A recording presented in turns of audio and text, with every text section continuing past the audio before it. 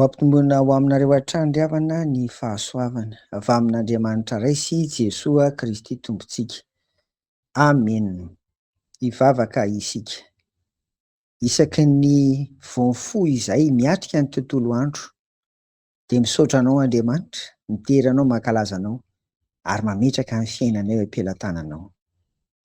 Isaky ny maraina voamfo kosa dia mangataka hatrany ny famondram-ponao noho izany dia hifonanay ny otanay ny elokay. Ary isan'andro manomboka ny tontolo andro izay dia mangataka ny fanahy masina mba hamino ny fo sy ny saina mampanahy hitari-dalana anay amin'izay rehetra atao amin'ity an'ity mba ho voninahitra ao amin'ny fiainanay. Dia izao mofonay ny fampizarana izao dia ataonay amin'ny anaranao Jesoa mba hampitombo finoana, hampitombo fanadora-tena, hampitombo fahatokiana ary fanantenana anao ry Jesoa Kristy Tomponay. Amen. Araka ny nambarako omaly sy ny talohan'izany ry havana dia ny ahoana moa izany ataon'Andriamanitra velona, Jesoa Kristy velona, fanahy masina velona izay Andriamanitra ivavahantsika. Ahoana ny ataony amin'izany fahavelomana izany amin'ny fiainantsika tsirairay avy. Omaly dia ny Isaia 1:7 ny jerentsika, fa ny kosa indray dia ny Isaia 4:7 ry havana no jerentsika. Efa hainao izy ity, mino aho, nefa mahatsara ny teny averina ary indrindra mampitombo ny finoantsika hoy aho, mampitombo ny fahatokiantsika ny tompo ny fandrenesana an'izany hoe velona Andriamanitra, velona izy dia ahoana ny ataony. Zao ary ny teniny amin'ny Isaia 4:7-7 sy ny 4, vakiana amin'ny anaran'i Jesoa. Miaino ary taranak'i Jakoba, izay sisa rehetra amin'ny taranak'Israely, izay mibabena hatrany an-kibo sy nentina hatrany am-boaka. Na dia mandra-pantitrareo aza dia tsy miova aho, ary mandra-pahafotsy volonareo dia izaho ihany no nisahirana mitondra anareo. Izaho no nanao ka izaho ihany no hitrotro, eny izaho no hitondra sy hanafaka. Amen.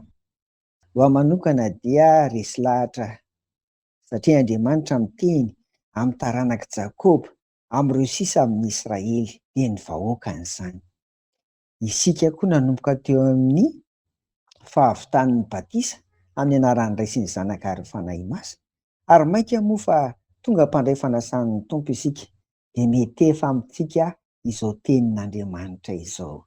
Inona moa ilay izy? Izay nibabena hatrany an-kibo sy nentina hatrany am-boaka. Tena mitondra finoana sy fanantenana lehibe ho antsika tsirairay avy izany dia satria tsy misy tonga ho azy teto amin'izao tany izao izany ny zanak'Andriamanitra, ny vahoakan'Andriamanitra, fa tena hatrany an-kibo, hatrany am-boaka no efa nibabena sy noraisin'Andriamanitra tanana ny fiainana. Faharoa dia tsy miova mihitsy Andriamanitra na dia antitra aza isika. Marina fa nanomboka teo amin'ny fahaterahana vao velona isika, fa ny Tompo talohan'izany ary mandrak'antitra, izany milaza fa velona izy. Dia ireto daholo ary no ataony ry havana, misahirana mitondra antsika, mitrotro mbola naveriny ihany ary mitondra sy manafaka. Ry havako, tsy fantatro hoe manahoana ny fiainanao amin'izao. Toy ny nambarako omaly hoe misy manahirana ve? Fa vao mainka mampitombo ny finoana izany raha mandalo izany zavatra fahasahiranana na zavatra atao hoe olana saribahana, aretina sy ny sisa izany. Fa ankoatr'izay izany ilay hoe hatrany am-boaka io dia izao, aza mijery ny hafa fa nataon'Andriamanitra miavaka ianao. Zay, ary faharoa koa, ekeo izay nanaovan'Andriamanitra anao.